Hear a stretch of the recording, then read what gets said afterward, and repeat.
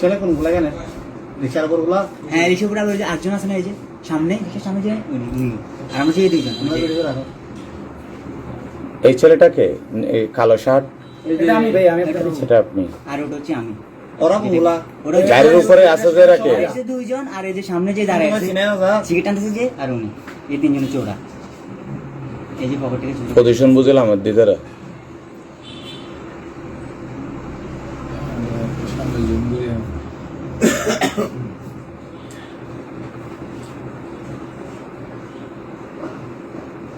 নাসিজা মাইতা নাসিজা তো সবাইতে যাইয়া দেখো আইলো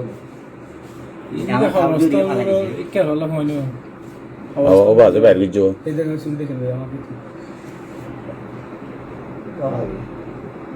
এই ভাই আমাকে মারতেছে, আমি মানে বেকার ইয়ে ছাড়িনি। আমরা নোয়াখালী থেকে গত 26 তারিখে 25 তারিখে রাত্রে গাড়িতে উঠে 26 তারিখে কক্সবাজার পৌঁছাইছি। ফার্স্টে ডলফিন ফোরে নামছি 5:50 30-এর দিকে আমরা হাঁটতে হাঁটতে রুম খুঁজতে খুঁজতে আমরা এখানে আসছি। এখানে সিএনজিএল যে হোটেলটা আছে ওইখানে উঠছিলাম।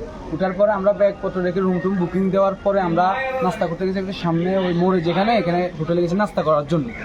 নাস্তা করে আসার সময় একটা চক্র এসে অটোতে করে এসে আমাদেরকে ধরে 4-5 জন মিলে ধরে চাকু টাকু ছুরি মুড়ি মেরে আমাদের একটা মোবাইল, 2টা মানিব্যাগে প্রায় 15-16 হাজার টাকার মতো ছিল, একটা ইনফিনিক্স ফোন ছিল। ওরা আমাদেরকে মারধর করে এগুলো নিয়ে গেছে। নিয়ে যাওয়ার পরে আমরা এখানে 2-1 লোককে বলছি, আপনার প্রশাসনের কাছে যান, টুরিস্ট পুলিশ আছে, তারপরে সদর থানা আছে। তো আমরা ওদের কথা মতো আমরা প্রথমত টুরিস্ট পুলিশের এখানে যাই। সব কিছু বিস্তারিত খুলে বলার পরে ওনারা আমাদেরকে বলে এগুলা তো পাওয়া যায় না, বা 100%-এর ভিতরে 1%ও পাওয়া যায় না, এগুলা এটি না পাওয়ার সম্ভাবনা বেশি, আমরা এগুলো পারবো না, তোমরা একটু সদর থানা যাও। মানে ওনাদের কাছে কোনো রেসপন্স পাইনি। আমরা তারপর সদর থানায় গেছি, সদর থানায় সেম একই কাহিনী। কিন্তু আমি ওদের কাছে মানে থানার যাওয়ার আগে আমি 3 লাইনে ফোনও দিছিলাম। ফোন দেওয়ার পরে এমনি কথা তোমরা থানায় থানায় অভিযোগ করো। থানায় গেছিলাম, অভিযোগ করার পরে ওনারা আমাদের একটা নাম্বার দিছি, আমরা ওই নাম্বারটায় ফোন দিছি, রিটার্ন ফোন দিছি। আর উনি আমাদের বলে আমার কলাতরে একটা সমস্যা আছে, আমি এখানে আসতে পারবো না, তোমরা আমার ডিউটি 8টা পর্যন্ত, 8টার পরে যে আসবে ওনাকে ফোন দিও।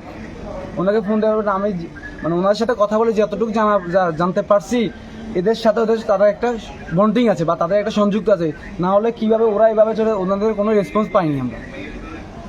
পুলিশের সাথে এদের সাথে 100% একটা সম্পর্ক আছে বা একটা সংযুক্ত আছে, না হলে তারা আমাদেরকে যতটা হেল্প করার দরকার একজন নাগরিক হিসেবে হেল্প করে নাই, তারা আমাদেরকে ভয়ভীতি দেখায়, আমাদেরকে তোমরা এগুলো পাবো না, আমরা চলে যেতে।